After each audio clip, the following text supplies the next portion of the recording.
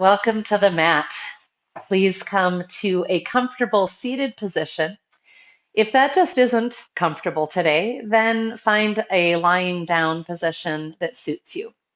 We're going to be spending a few minutes really getting into our breath and some tools for placing attention.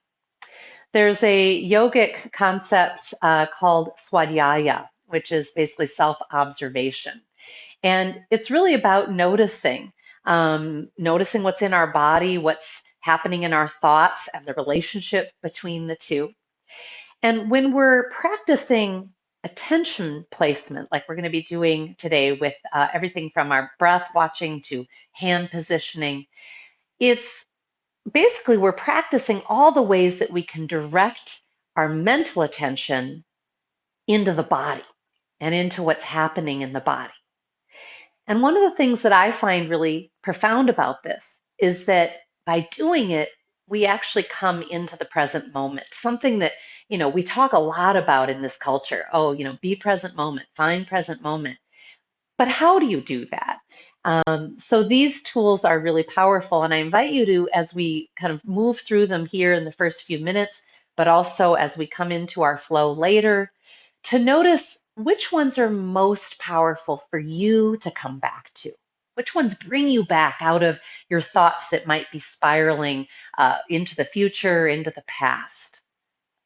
So when you're ready, we're going to place our first tool of attention, our gaze. For now, I'm going to have you turn it up and in to that third eye point. It's like you're trying to see behind the center of the forehead, a little up from the eyebrows and center. And one of the best ways to bring our attention into that experience is to ask a question. What am I seeing there? Am I seeing colors, darkness, points of light?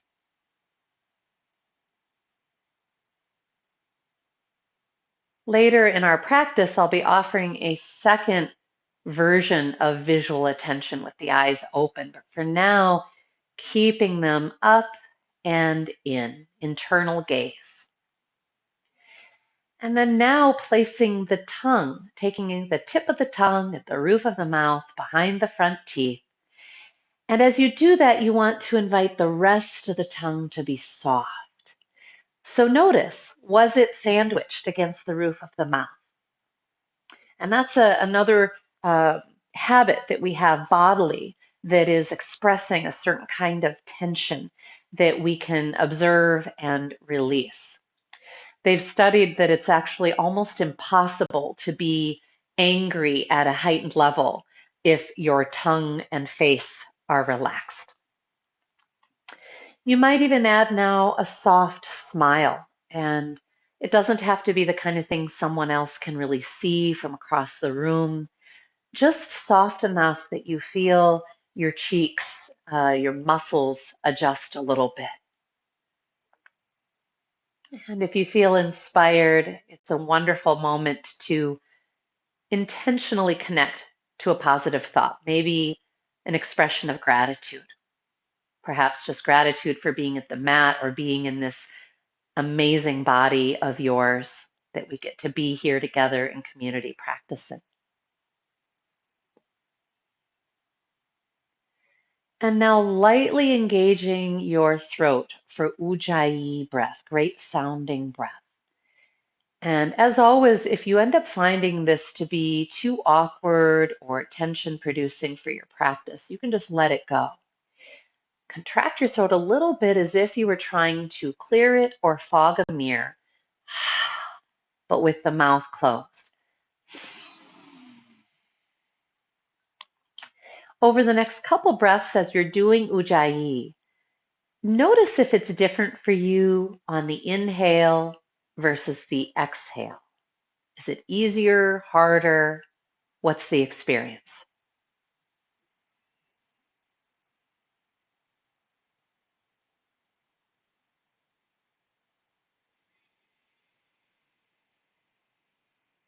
I'm hoping that you can hear that whooshing sound, again, kind of sound of ocean waves or wind in the trees.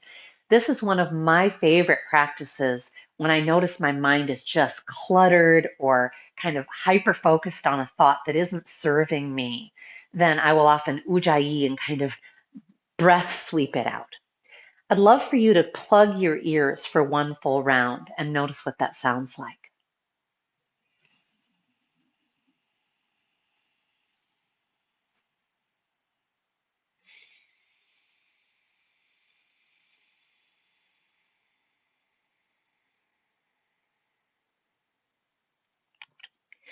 Continue your breath attention and see if you can slow the breath down where there's an obvious pause between what we call the turns of the breath, where inhale is coming complete, it pauses, and then later becomes exhale, and so on.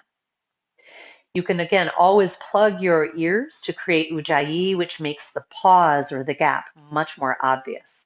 Let's do about 3 rounds finding the pause.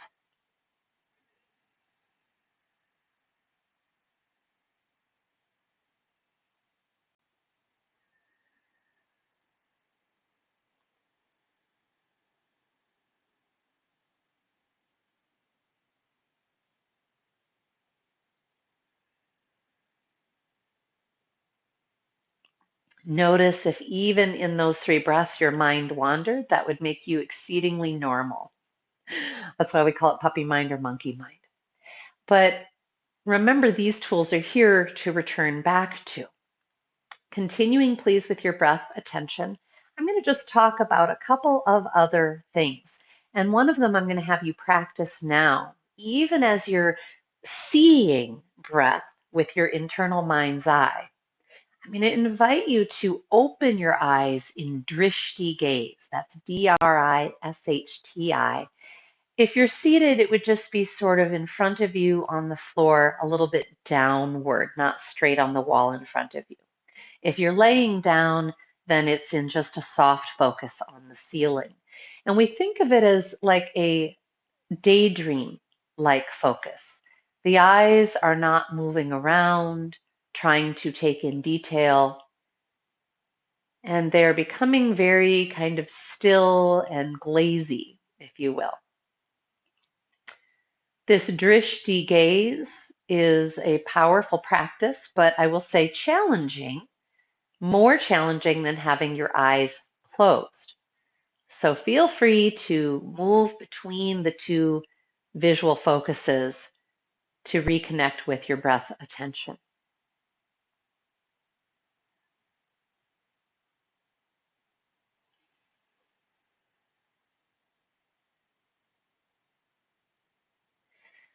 One of the great gifts of swadhyaya, self-observation, is it gives us a chance also to notice what kinds of thoughts take us away and to first notice that it's happening. But I invite you during our practice today, if you have stuff that's just really perpetually coming back and back, or your mind is running off and you bring it back, again, that's so normal. But at some point in your practice, you might pause and wonder, what kinds of thoughts am I having? And what kinds of effect on my body are they having? Sometimes it's just fluffy stuff like a grocery list, right? Other times it might be something more stress oriented. And when we pause to observe, we get to know ourselves better. And then we also get to make choices. We can reflect on those thoughts later and reflect on what tools help us through them. So as you're continuing with breath attention here, a few more rounds, we're going to come into just a little spinal pumping, kind of a cow-cat back seated. If you are not comfortable here anymore seated, for example, then you could come to hands and knees. If you're laying down, again, you could join us in one of these. Inhaling, you're going to draw the abdomen and heart forward, drawing the shoulder blades back towards each other. Is there more? Exhaling, draw your heart space back into your ribs. Is there more? And continuing in this way, a few rounds forward and back, ujjayi.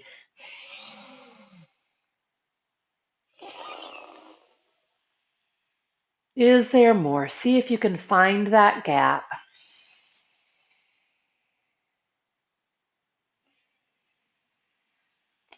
And for a few more rounds, let's speed that spinal pumping and the breath. Inhaling, exhaling.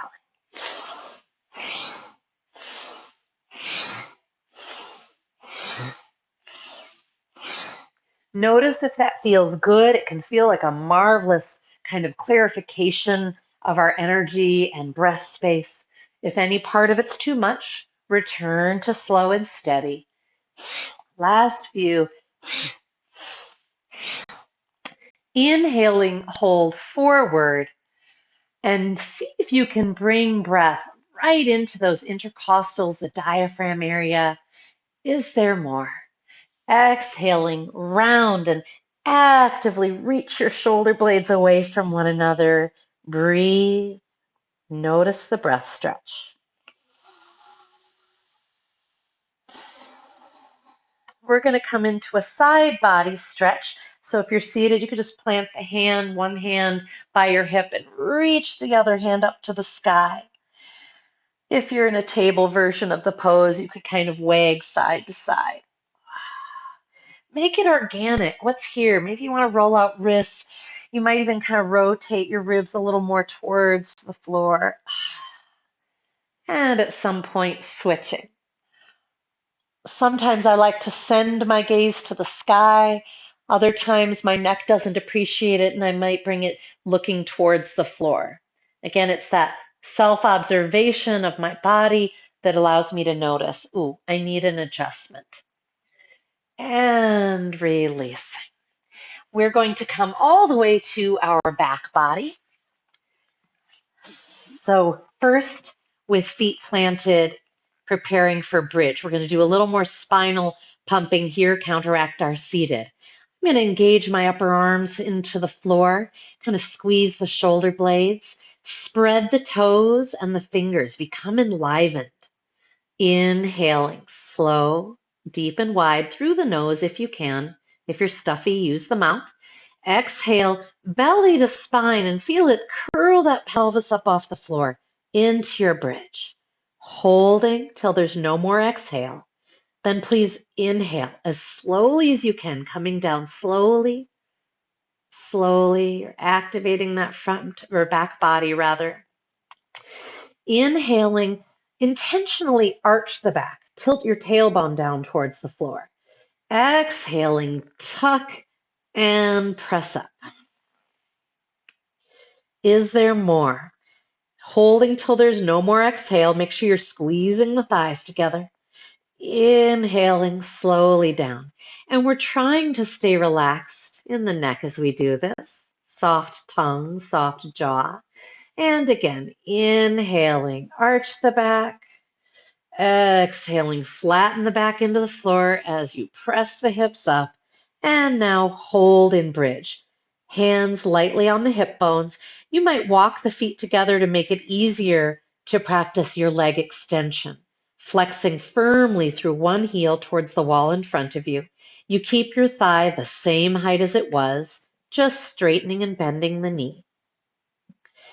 So noticing, does one hip drop a little bit or a lot?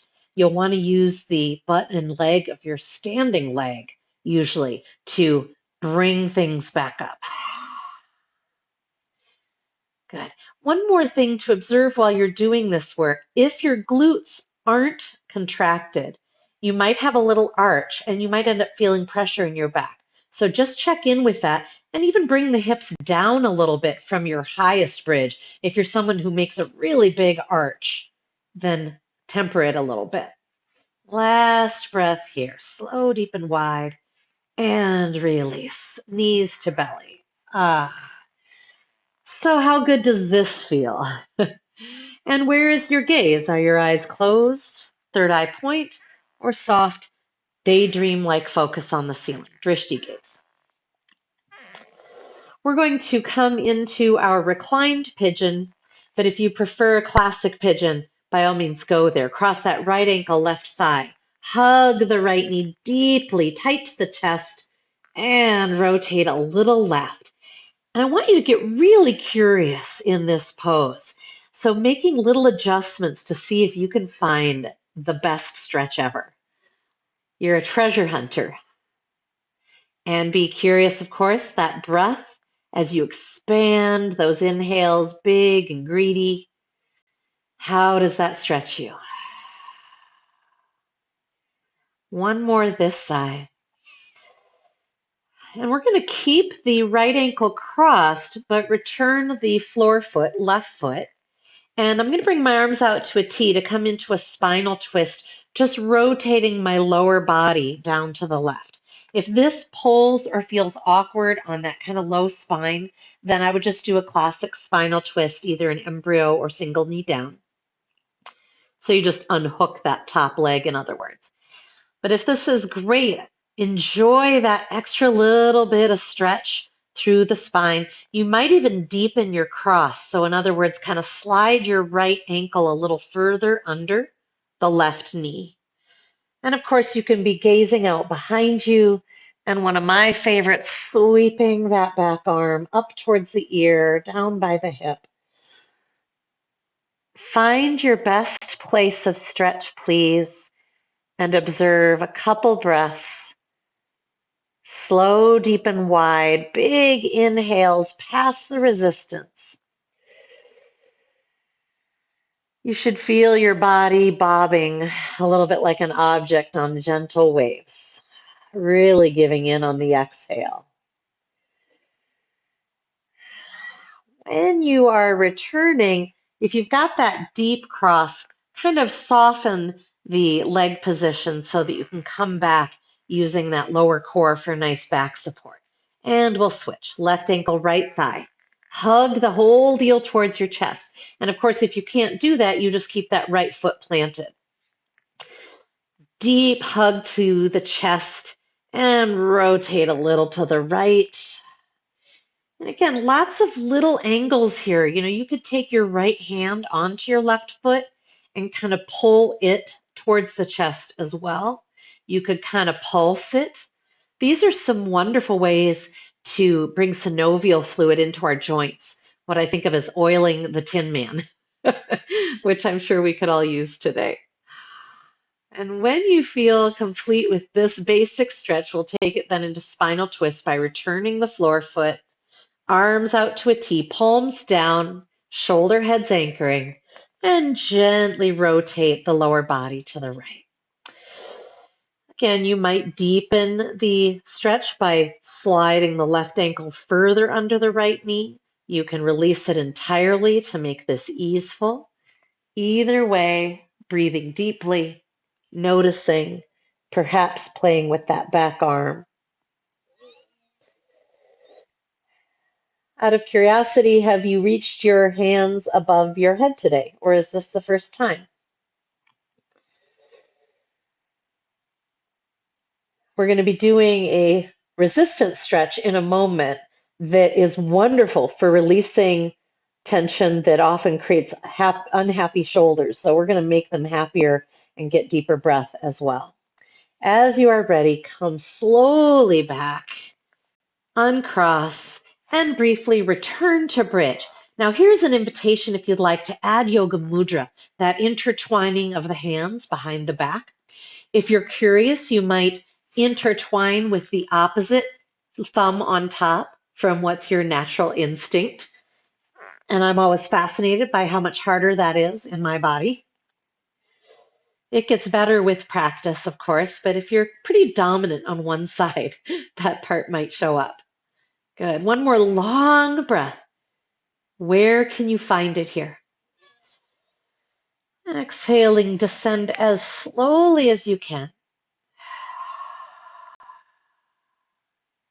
Marvelous. We're going to bring knees to belly and prepare for robot. We're going to really get into our core here so it carries us through our flow. Nice long inhale. Is there more? Exhale, power down your back, and then feet flexed. Slowly slide your knees forward till they're above the hips. Observe, is your lower back releasing at all? If so, then just don't go as far with the knees. You want to be able to maintain that low back. Legs are parallel but not touching. Arms are straight up, shoulder heads anchoring.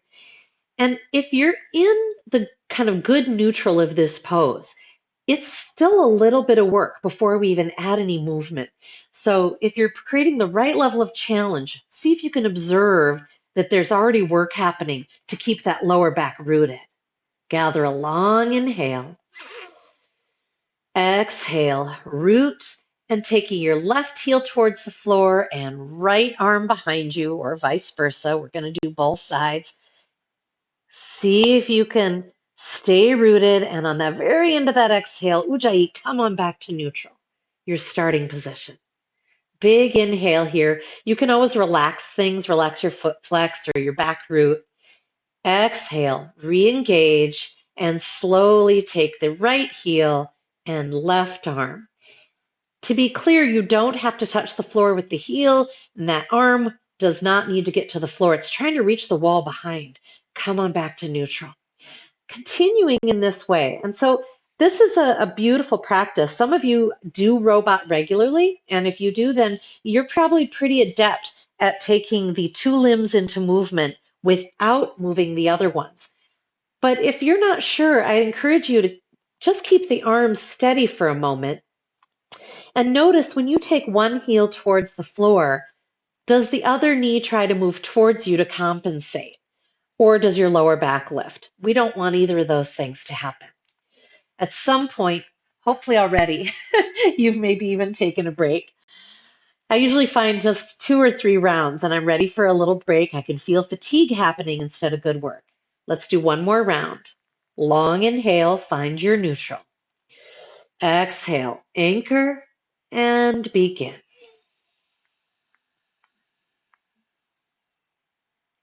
Inhale, neutral.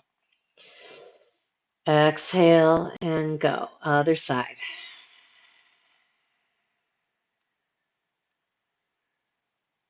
I really like using my Ujjayi throat contraction to come back. I feel like it helps me get more into that core and to pay attention to what I'm doing. Last side. Make sure you complete both and release. Whew, nice. We're going to come on to hands and knees, however you'd like to get there. And I'm going to offer this resistance stretch that I was mentioning that's pretty incredible for shoulder and also core and breath. And so you're starting in table as your basic alignment. Then you're going to come down onto one forearm, and you want to bring it a little towards the center of the mat. And with that forearm, you're going to push down into the mat and draw towards your knees. It's what we call tractioning.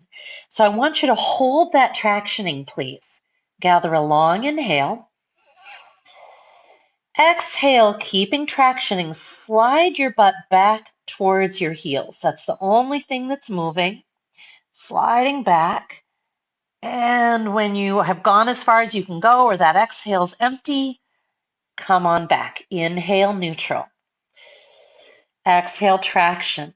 And if you're someone who tends to tighten your neck whenever you do anything, try kind of rolling it a little side to side to make sure you're really isolating the necessary muscles. We'll do a couple more. If being on your knees ever hurts, for example, you can put something under your knees. You want to make the rest of the body as comfortable as it can be as you initiate this wonderful deep stretch. Resistance stretch, self-massage, as I think of it. Whew. All right, let's find the other side. And so you're going to come down onto your other forearm, bring it a little towards the center of the mat. I'm on my other hand, trying not to shrug with that shoulder, keeping it anchored.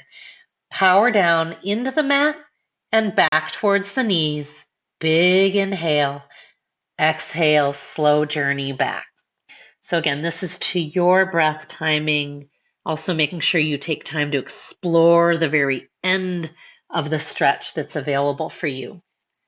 Deep inhale in neutral and exhaling back.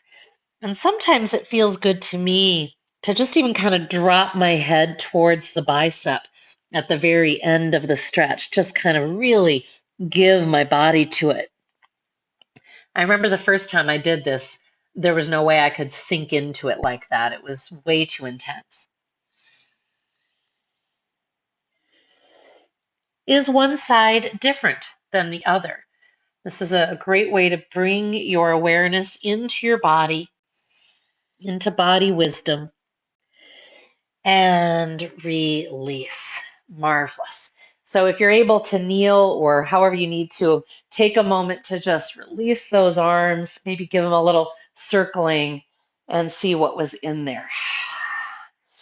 We're going to come into forearm plank, and later on we're going to use that as a base for a more intense pose, and we'll see how that works for you. So I want to have you either come onto your knees and step back like so, or just come onto your belly and tuck and come up.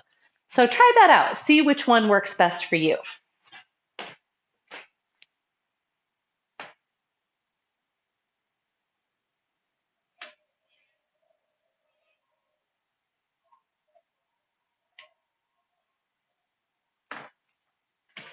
Hopefully you're feeling quiver. Hopefully you're feeling some heat building. Usually after a few moments, I've got heat and quivering going, and I'm ready to kind of come out and relax it. Just like all the other poses, we don't want to hold so long that we're feeling kind of gripping, right? We want to wake things up so they're feeling good work. Let's try that again. Again, either from your belly and coming up onto your feet into forearm plank, or you can stay on knees, by the way. And you can always step back from table. So I'd like you to just notice what happens if you shimmy a little. You take your shoulders a little right and left. I can feel some good diagonal work happening. Whew. If you're not feeling much, try walking your elbows forward a little more. And wherever you are, make it sustainable. Take 2 more deep breaths, if you can, right here. Inhaling, gap. I know it's hard in this effort. Exhaling, gap. 1 more. And release. Relax. Take your head to one side. Oh, let your belly expand into the mat and enjoy what you've created.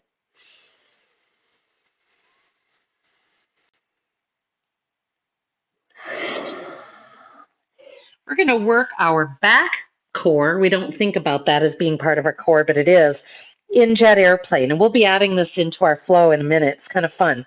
So tent your fingertips, shoulder heads anchor, power down through the pelvis. Inhaling, extend. Is there more? Exhaling, return. I'm going to ask you to check in what level of body work feels good here. Do you want to release the legs or does that bother the back? So find your place. And then your points of attention. Soft drishti gaze, perhaps right down on the mat below your forehead. Light connection of the tongue. Soft jaw. Good. One more, and if you're able to hold it and sweep one arm forward while you're counter reaching with the other, and then switch. And if sweeping bothers your shoulders, then just do more of a kind of slide and reach. And when that's complete, press back child's pose. Keep the butt cheeks anchored, shoulder heads anchored. Nice. Take those knees wide and settle the back towards the heels. If this isn't comfortable for knees, you would just want to go directly to a rag doll.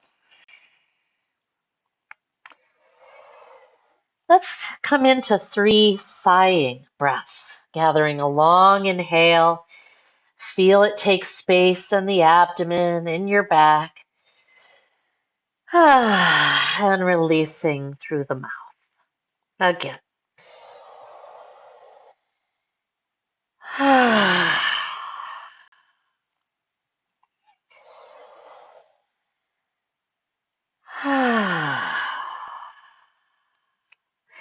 And when you are ready, please join us upright, however you would like to get there.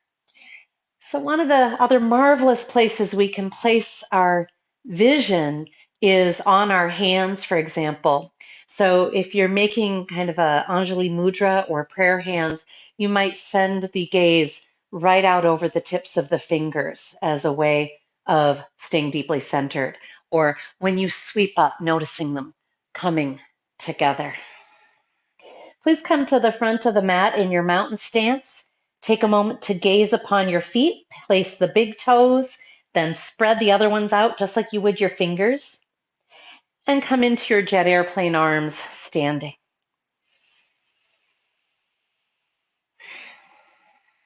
We're going to practice here jet airplane, and then we'll add it into our warrior flow in a moment. But I want to do this isolated so you've got a chance to really notice what happens and what's a great angle for you.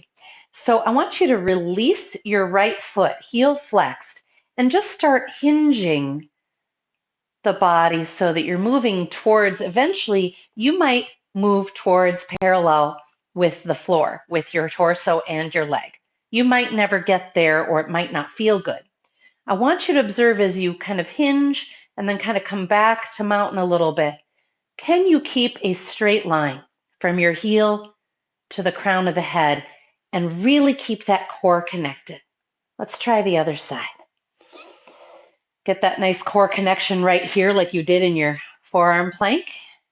And slowly release your left foot and hinge and return. Maybe you can go all the way parallel.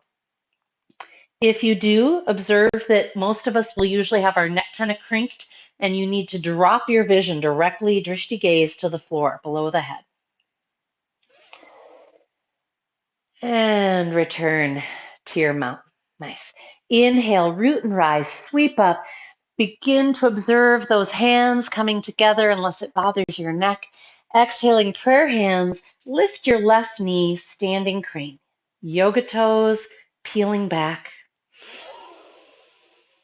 Exhaling, step back into your crescent lunge, ball of the back foot, or if you prefer, warrior one with the foot flat.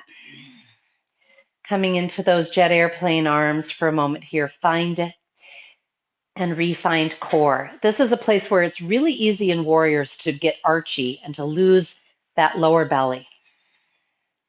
Inhale, root and rise, sweep up, send your gaze to the heavens. Exhale, bring those arms back down. Good, do that one more time.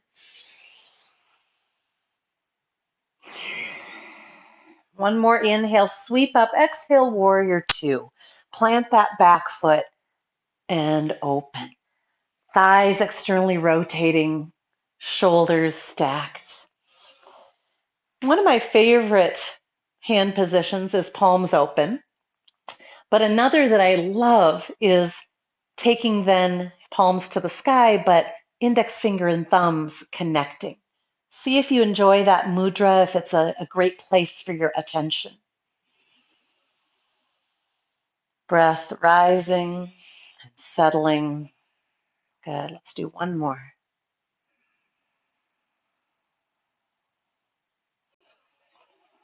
Invitation to bring your back hand around behind in a partial bind. So you're just settling the forearm on the low spine. Connect your low belly back into it. And you might keep your knee bent or give it a break if you need to, and then come back into that nice deep knee bend, pelvis sending towards that front heel. And just reach your right hand up to the sky. And maybe you're still holding that mudra of thumb and index finger.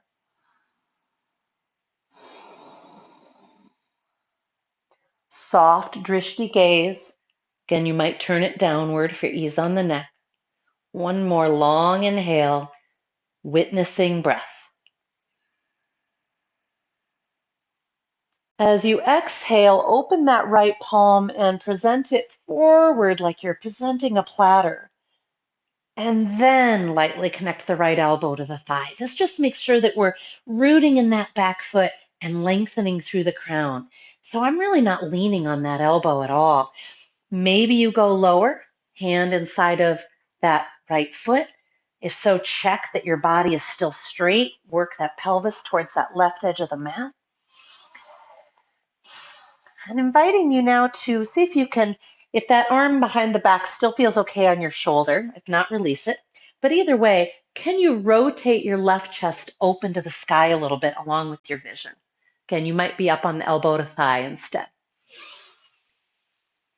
Exhaling, slowly unwind that left arm and plant the hands to step back to your downward facing dog. Try to reduce the swoosh. Lift that right foot. Nice. Intelligent hands, middle finger straight forward. Inhale, exhaling, sigh. Invitation to come to knees down for a knee down upward facing dog. Inhaling, draw the heart forward. Exhaling, press back, either child's pose if this is too much wrist work, or downward facing dog. Again, inhaling, knees down. Exhaling, press back. It's really wonderful to start off a little lighter so that we can, again, observe how our wrists feel about this, for example. They don't do a lot of this kind of stuff in daily life. Beautiful. Hold in your downward dog. Connect that core. And I want you to consider how you want to get back to the front of the mat for starting our warrior flow. So you might enjoy taking your feet forward towards the head in kind of a hands rather in a nice jump, and that might be too much. So you could always walk the hands back to the feet or just lunge forward. If you want to do a little jump, inhale, look forward. Exhale, belly to spine, hiya, to hop forward. Inhale, root and rise. Exhaling, prayer hands. Bringing those arms back to your jet airplane, fingertips spreading. You might feel the openness of those powerful energy centers in your hands. Inhale, sweep up. Exhale, sweep down. Each time a nice kind of upper arm squeeze into the ribs gets the triceps and the core engaged. Ujjayi. Light tongue, maybe a soft smile. Last one here. And raising up that right knee, standing crane. Long inhale, slow, deep and wide. You might notice what's happening in your standing leg. Exhaling, step back, crescent lunge. Good. Pause. See if you can deepen that lunge, hip bones shining forward. And once again, just sweeping those jet airplane arms. Again, this may be the first time today that most of us have had our arms above our head, much less out to the side. So great therapy. One more long inhale, maybe adding a little back bend, heart lift. Exhale, Virabhadrasana 2. So you're going to plant that back foot. Again, find your right depth of your lunge, play with it as you need to. And then palms open perhaps, and maybe adding thumb and index finger connecting. It can be fun sometimes to move your visual attention. So deep, steady gaze off the front hand, steady gaze off the back. Or if you want a real balance challenge, close the eyes and turn them up and in. One more deep breath, rising and settling. Good. Bringing that right arm around behind, settling it on your low back, partial bind. Again, give that front leg a break if it needs it. See if you can rebend and inhale, reach up through that left arm. Again, taking your vision to a place of ease.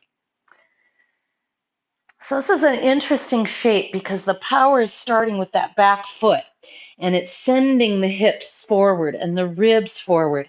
And then we're keeping that kind of circular motion happening with that left arm, which is sweeping up and back.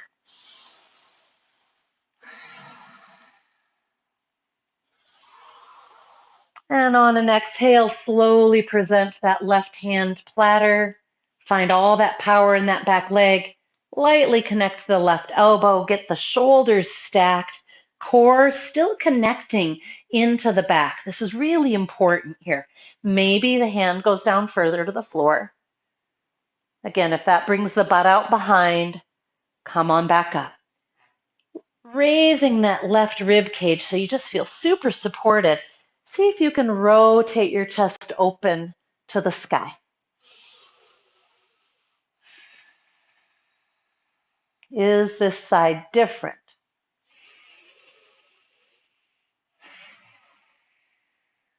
Nice. Inhaling, slowly unwind that top arm.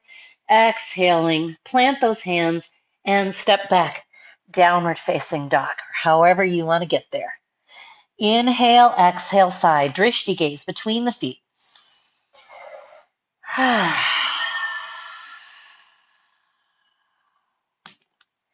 Option to settle here and rest, move into child's pose for resting, or come into a full dog series. Inhaling to your plank. Just like in forearm plank, we don't want any kind of swag. You want to feel super strong. So if that's hard, go to knees. Exhaling, chaturanga. Elbows are in by the ribs. Might only be an inch that you go down. All the way to the floor for cobra. Anchor the pelvis. Inhale, draw that heart forward. Exhaling, downward facing dog. Shoulders anchor, butt is engaged. Nice. We're going to take the right leg flying. And as you do so, I want you to just do it really slow, heel flexed, and notice what happens in your upper body. For a lot of us, we'll tend to slide to the side or one shoulder will kind of shrug. So get your best dog, belly to spine, torso sending towards the legs. You can walk your feet closer together, by the way. That makes it easier. And then slowly, one leg up, and then when you're had time to notice and stabilize, send the other leg up, heel flexed. Lovely. And relax. Child's pose. Take those knees wide. You might also want to take time to roll out wrists. Yoga's great for strengthening our wrists in the long run, but we've got to really take care of them as we go. We're going to add another nice little shoulder effort here, kind of a retraining of the shoulders. If you can't do it fully with both arms, just do it with the arm that will. But you're going to walk, like spider walk as I think of it, taking your fingertips towards the front of the mat as your butt is back by the heels. It's possible to do a standing version of this as well, up against a wall that can feel really good. And so my hope is that you've been able to get your forearms and elbows off the floor. Your arms are completely straight. Remember, the hands can be wider than the shoulders. And please gather 3 very willful breaths here. Breath with awareness.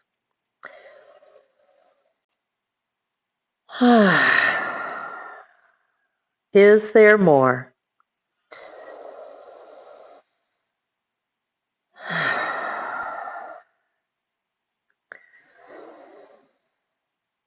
And relax. Nice long inhale. Exhale. Tuck the tailbone, nice little cat back to bring you up. I'm going to be taking us into downward facing dog, and we're going to be taking a leg flying and kind of coming forward on the mat for some jet airplane work like we did. So if you want to skip that part, go ahead into mountain and you're going to play with hinging like we did before. Otherwise, nice strong cat back. Take those hips up and back. We're going to take that right leg flying. It doesn't matter which one you're starting on, whether you're in dog or standing. We're going to do both sides. If you're in dog here, go ahead and rotate that right hip open. Really use the left glute and left hand to push, push. Good. Slowly neutral it. Nice core support. Right foot forward and pause. I'm going to ask you to shift your weight forward and back so that when you launch, you're right in that core body. Hiya. Raise that left leg straight behind you. So this is the lower half of the body, right? You can just feel that you need to reach through that heel to make this happen, right? Okay, good. So as you're ready, one more long inhale, and then exhale. Just slowly lower that foot. Keep flexed, keep flexed. Inhale, root and rise, sweep up. Exhaling, just observe what you're feeling in the two legs here, okay? We're going to take that left foot, that same one that you just landed, and you're going to slowly release it as you hinge forward. Maybe it's a little bit, maybe you can go parallel with the floor. And it doesn't really matter which side you're on, you'll do both. Elongate the neck, shoulder heads and blades slide down the back body.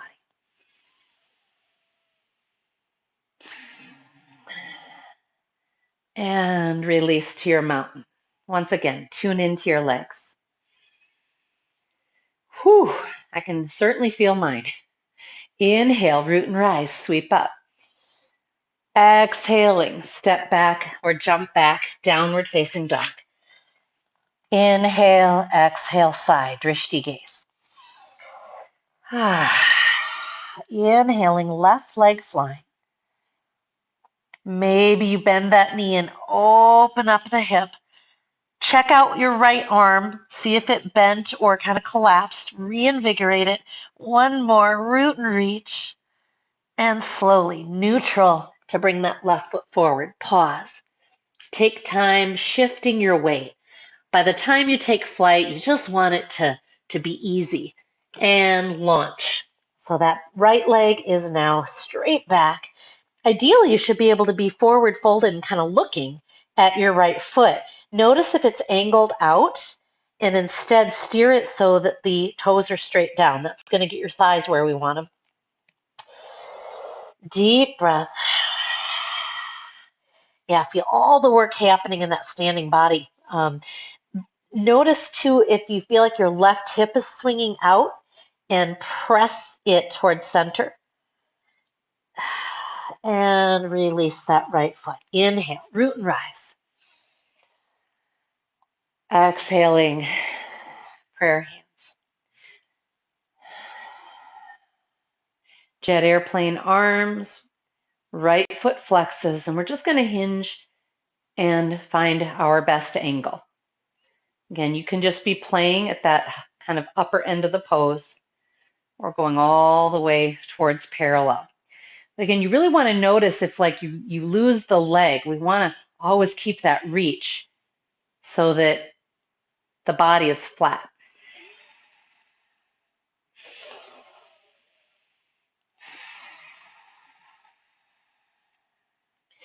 Inhale, root and rise.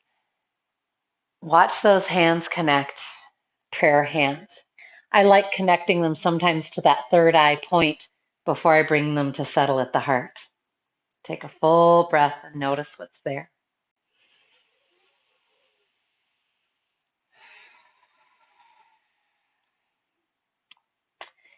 And if you need a longer rest, take one. You can join us when you're ready. Otherwise, slow, deep, and wide. Breathing, soft, drishti gaze, light connection, tip of the tongue, standing crane. Lift that left knee. Slowly extend that left heel forward. See if you can straighten the leg towards the wall in front of you. If it's down low, that's fine too, but that active reach through the heel and then really sit back. Crescent lunge or warrior one. Inhale, root and rise up through those arms and make sure that the lower body is settling as the upper body is taking flight. Keep working that back heel towards the floor. Keep steering those hip bones. Left hip bone forward, right hip bone back. Beautiful. One more long inhale here. Exhale, warrior two. Plant that back foot. So we're going to do a little twisting here. And as we do that, we want it to just be through the upper body. We don't want the hips moving. So you can even take your hands to help these thighs remember what you want them to do. You want them to externally rotate. And you should feel kind of almost a locking in. Because we're going to inhale, we're going to take that left arm forward. Doesn't need to come to the right. We're going to exhale and we're going to draw back like you're stringing a bow. Inhale, reach forward. Exhale, draw back. See if you can get the drawing back to really initiate from that core body. Observe if that front knee is coming with you. You don't want it to. It's going to keep rotating out and away.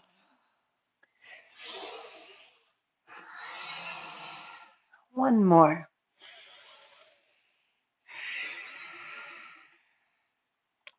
Straightening that front leg. Inhale, reach up.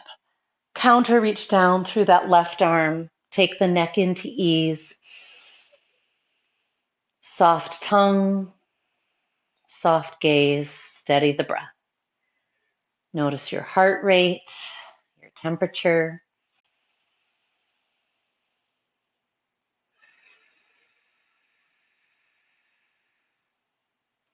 One more long inhale. See if you can reach back along the ceiling a little more. So again, there's that wonderful circular energy. Exhale, we're going to plant those hands, pause, come onto the ball of the back foot. If you can have your left hand on the floor, great. If not, you could use a block. Walk your right foot a little more to the right so you've got a nice bit of space to inhale and open up through that right arm. Shoulder heads anchor. Twisting is so good for us. We say that it brings all your pieces of self back together. I love that idea that there's a tool for that. Make sure that as you're in this twist that you're not giving up that back foot, that it's staying absolutely upright, reaching for the wall behind you. Good. You might want to play with a partial bind here. That can be kind of a fun addition. If your neck and shoulders don't like it, don't do it. One more long inhale. Exhale, step back, downward dog, right leg flying if you can.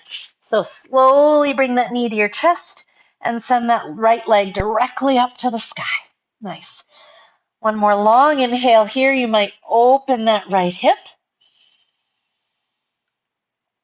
Exhaling, bring that right foot forward again, that same foot. I mean it, the same one. I promise I'm taking you somewhere good. All right, we're going to launch again onto that right foot, left leg flying. Let that head hang. Pause.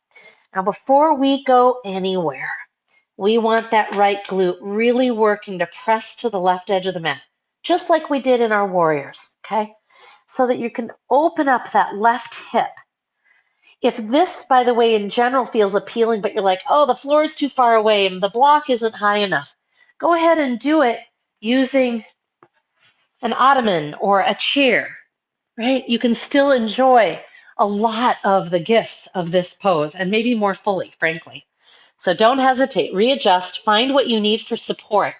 Then I just want you to see if you can release that left hand up to your left hip. Now, if you go to do that and you notice, gosh, I'm already losing contact with the ball of my right big toe, this is where you need to place your attention, your visual attention, and power down through that ball. Even if your leg can't straighten, you can have it bent, but very much pushing into the earth as you release that hand. And that's going to make all of the difference. Try to stack those shoulders. You might be able to release the arm straight up. This can be fun to do against a wall too, so you get kind of a reference point. And slowly return. Fold. Whew. Inhale, drop the butt, root and rise. Exhaling, prayer hands. Pause. Make sure that we are still connecting with deep breath. It's going to be faster as our heart rate goes up, of course. But using our ujjayi, our soft tongue, our soft smile.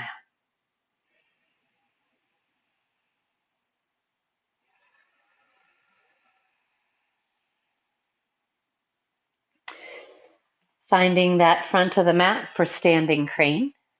Right knee lifts. So even here, we can start to place that attention in the ball of the big toe. And to notice that if we're quivering and almost losing our balance, it's that inner foot that's probably giving way. So we have to talk more to the inner thigh and butt of that leg. Good. Briefly extend that right leg forward, pushing through the heel, and then slowly back into your crescent lunge. Reaching for the wall behind you through the heel and thigh, and sending the hips and the heart forward. Your version of the pose. See where those arms would feel best.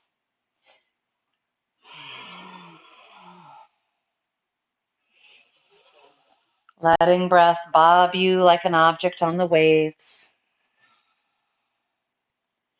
One more long inhale. Exhale, Virabhadrasana 2. Again, power in that back leg, sending you forward.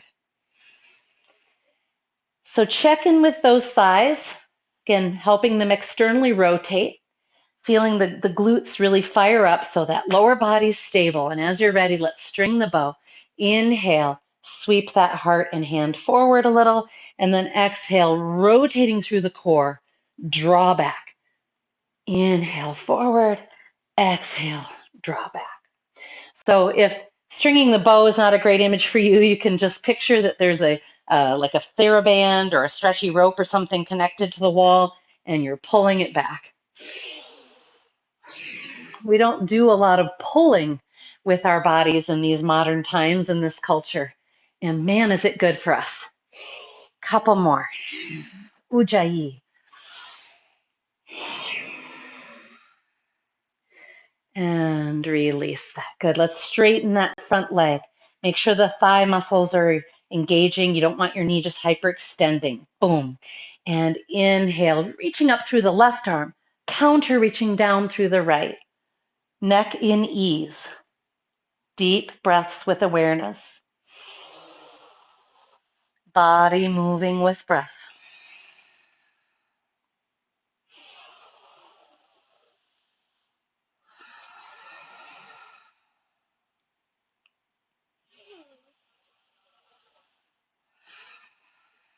And as you are ready, spiraling, we're going to plant those hands. Come onto the ball of the back foot. Move your left foot a little over to the side of the mat, giving yourself space. Again, you could use a block, however you want to do this, and open up through that left arm. Make sure shoulder heads are staying anchored, and you're really in nice core support. I mean, theoretically, you don't need your hands here. You're not leaning. It's that all that thigh action to the sky and core engagement. Maybe adding a partial bind, letting breath impact you.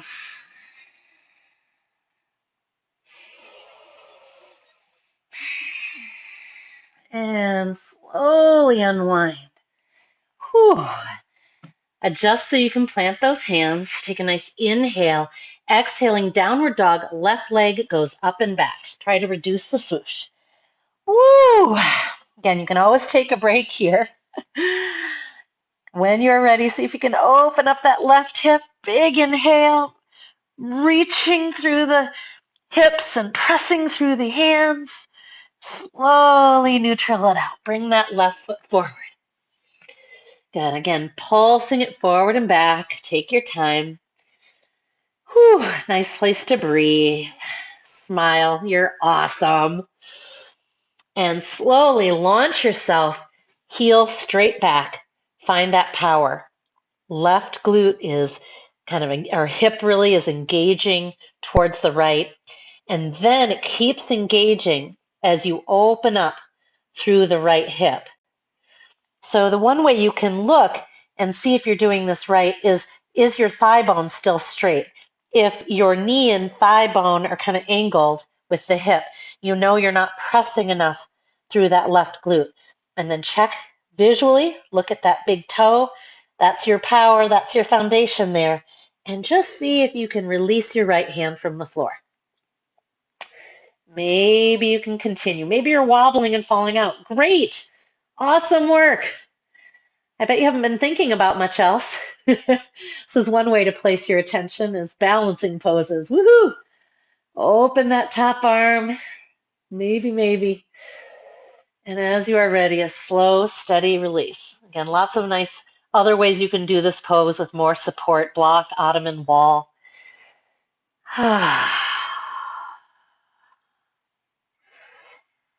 And we're going to come right down onto our back body. So when you're ready, just come on down. And we're going to send it right up into our bridge pose here. So your version, if you are feeling like, whew, I need to work that out a little bit, just do some nice little pulses. Maybe you are feeling so good and warm and open and you are ready to hold bridge and really experience breath in this shape. You might stay with just the upper arms anchored. We want to make sure that we can lift the chin a little away from the chest. It can actually be really amazing work for your thyroid. It massages it to keep the chin tucked. But a lot of us just get a neck pull. And so you want to lift that chin up and back. Send the thighs towards each other, knees away from you, heart up and back. And again, if you want to add your yoga mudra hands, you can. Deep, abiding breath. Soft gaze, either drishti gaze or third eye.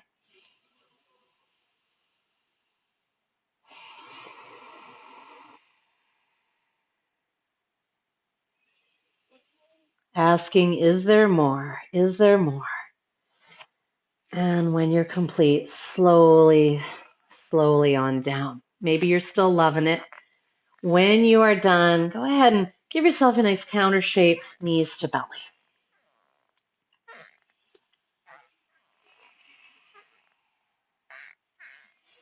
We're going to come into abdominal pumping. And I hope this will just make any meals you have after this just taste that much better and let your body receive the nutrients that much better. But I invite you also to notice what's the texture of your center, right? We want to do all this core strengthening, but a lot of times we're already holding emotional tension and stress in here. And hopefully our yoga's already worked some of that out, but it'll be fun. Just observe. You can keep your hands on your abdomen if that's helpful. You can have knees bent for lower back support or the whole body flat. Gather a long inhale. Exhale, empty the breath and hold out. With no breath inside, draw the belly in and then push out.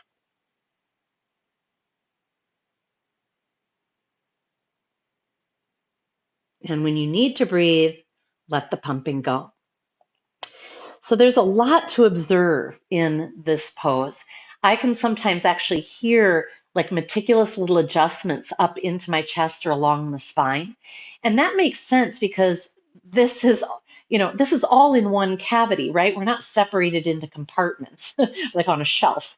So when you're moving your whole digestive and emotional center down here, it's moving into the diaphragm, lung area, it's affecting your clavicle. And so the next couple of rounds, feel free to play with speeding it, slowing it, making it more intense. Go ahead, take an inhale, exhale, empty, hold out external breath block, and begin.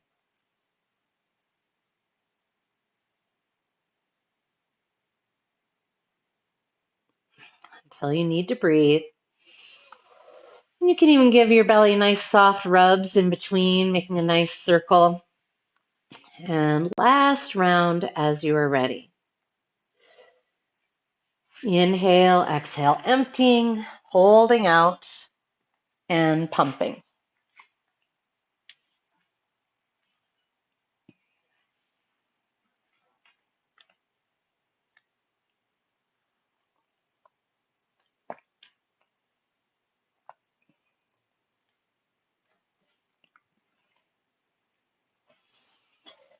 When that is complete, what does your body crave? Maybe you want to go knees to belly again. Maybe you're hungry for a little happy baby. Maybe there's something that your practice has inspired a pose. Maybe you're just inspired to go into crow pose or something like that. Tree pose, quadricep pose. Lots of options out there. We're going to be finishing whether you would like to be seated or corpse pose or actually whatever shape in doing some breath locks, first of all, and then ultimately just a little bit more observation or noticing. So when you're ready, find a position that works for you and don't rush. Again, if you're exploring something as I'm talking, great. If you're seated, please make sure that you can be comfortably here, that your knees are not higher than your hips So you might move to another location or position. If you're laying down, perhaps you want to recline over a bolster. You can prop one end of it up on the block, as we sometimes do. Maybe, in fact, speaking of cravings, we often do the block under the sacrum or under the bra strap. So perhaps you're doing that right now. But I'm going to take us into breath locks. And as you're kind of settling into your position, I'm just going to talk a little bit about what that is. It's very basic in that we're locking or holding the breath out, and then we are locking or holding it in. It's called external kumbhaka, internal kumbhaka. But to me, the much more complex and interesting part of it is that there's a temptation to hold as long as we can. And we don't want to do that. This isn't a struggle or a competition. We want to hold as long as we are able to while softening around it. And that requires us to maintain deep awareness, to notice, am I tightening my neck? Am I tightening my throat? Sandwiching my tongue against the roof of my mouth. So I'm going to ask us to start by very intentionally softening all of those areas. So find your gaze, probably up and in at this point. Find just a very soft connection of the tip of the tongue or the whole tongue soft, whatever you'd prefer.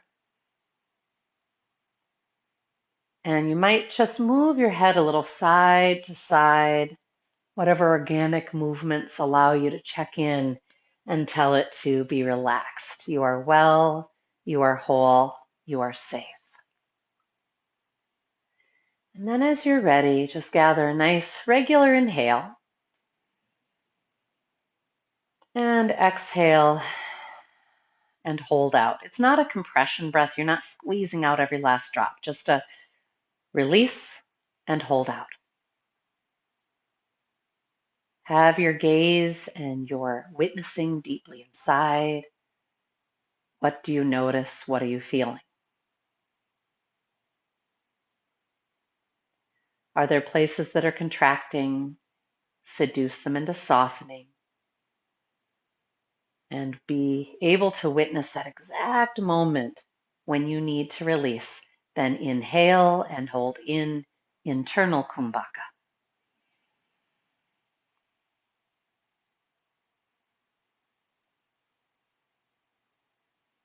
Can you hear your heartbeat?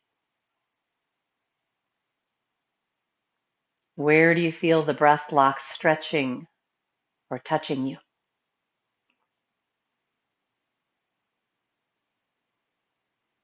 And of course, find that precise moment when it's appropriate to release, when you can no longer soften around it. We're going to do a few more like this. If you are seated, by the way, you might add that same thumb and index finger mudra and just have the palms down on the knees. It's kind of a nice extra way of being present with your body. If you're on your back, you can have your hands on your belly or chest or whatever feels appropriate. As you do this next round, when you're ready, inhale, exhale, hold out. I'd like you to notice, if you can, if the sensations are different in the external breath lock from the internal breath lock. What can you observe?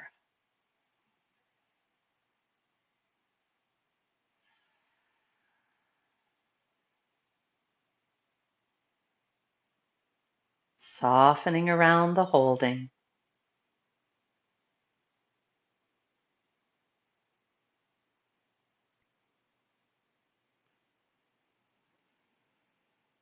When appropriate, letting the lock go, breathing in and holding in.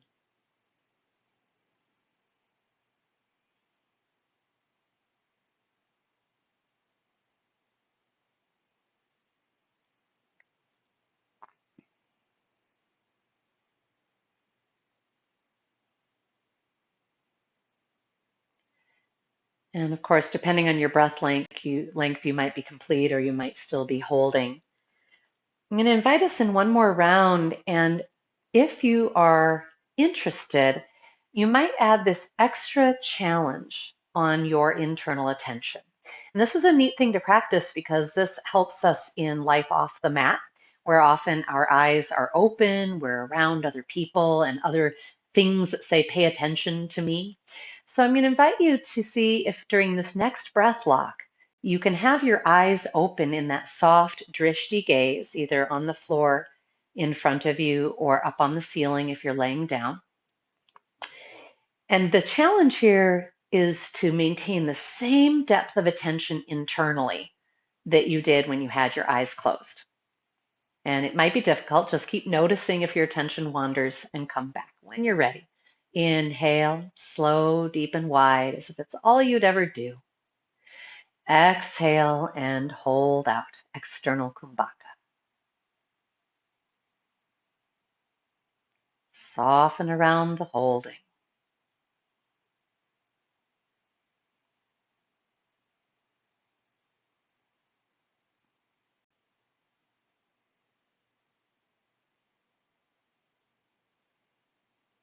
Notice if your eyes want to move around in space, try to just hold them steady. Asking of the breath, is there more? Can I soften around this in my body? And when appropriate, inhale, following the sensation of breath as it comes into the body and holding in internal breath lock.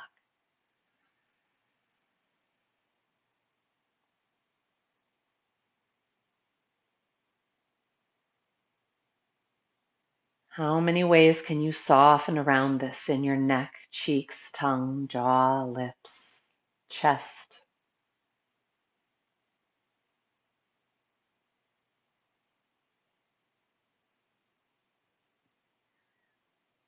And when appropriate, release. You can close your eyes once more here. I'm going to ask you for a few moments to just reflect with me.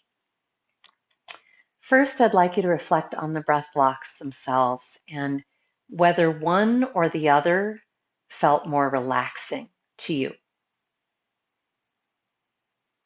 Did one feel a little stressful or produce a little bit of anxiousness in you?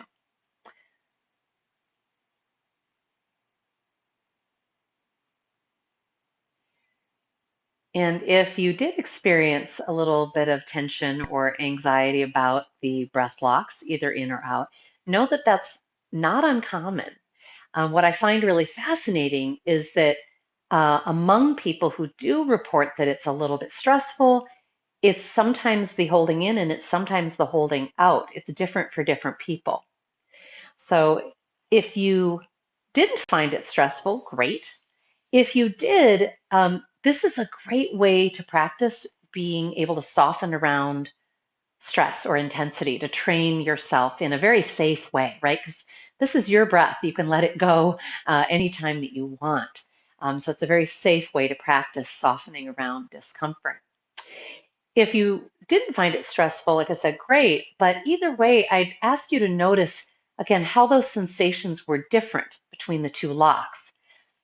Notice that the external breath lock, you're holding the breath out, so your body's actually experiencing a vacuum, right? You don't have any breath there to draw on, and those oxygen stores are going down. But there's also kind of a suctioning in the lungs, that vacuum.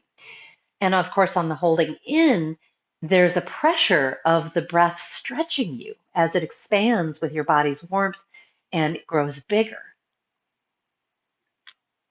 I find that breath blocks are a beautiful way to tune in when I'm mentally kind of just too much with the world.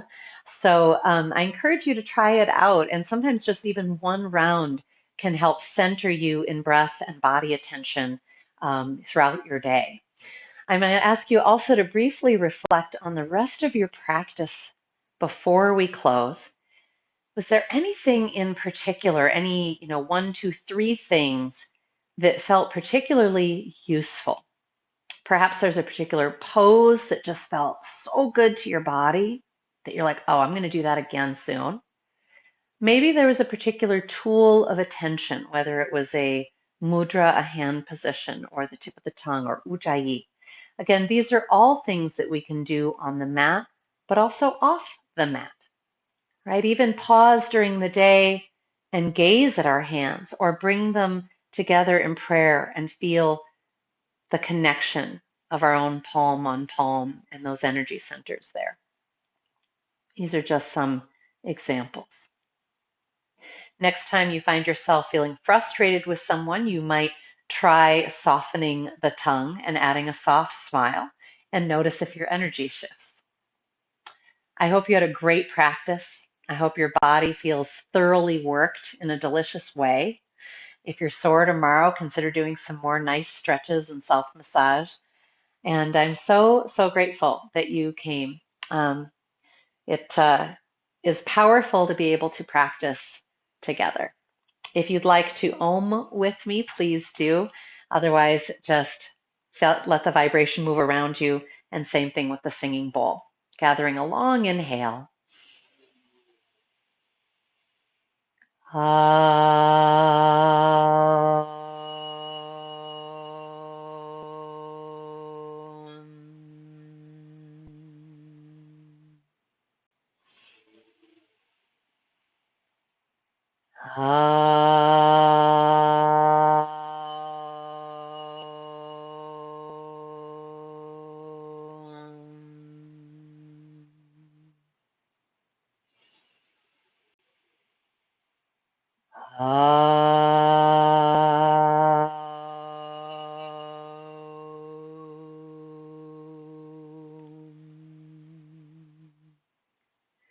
Om Shanti, Shanti, Shanti. Om peace, peace, peace. Namaste.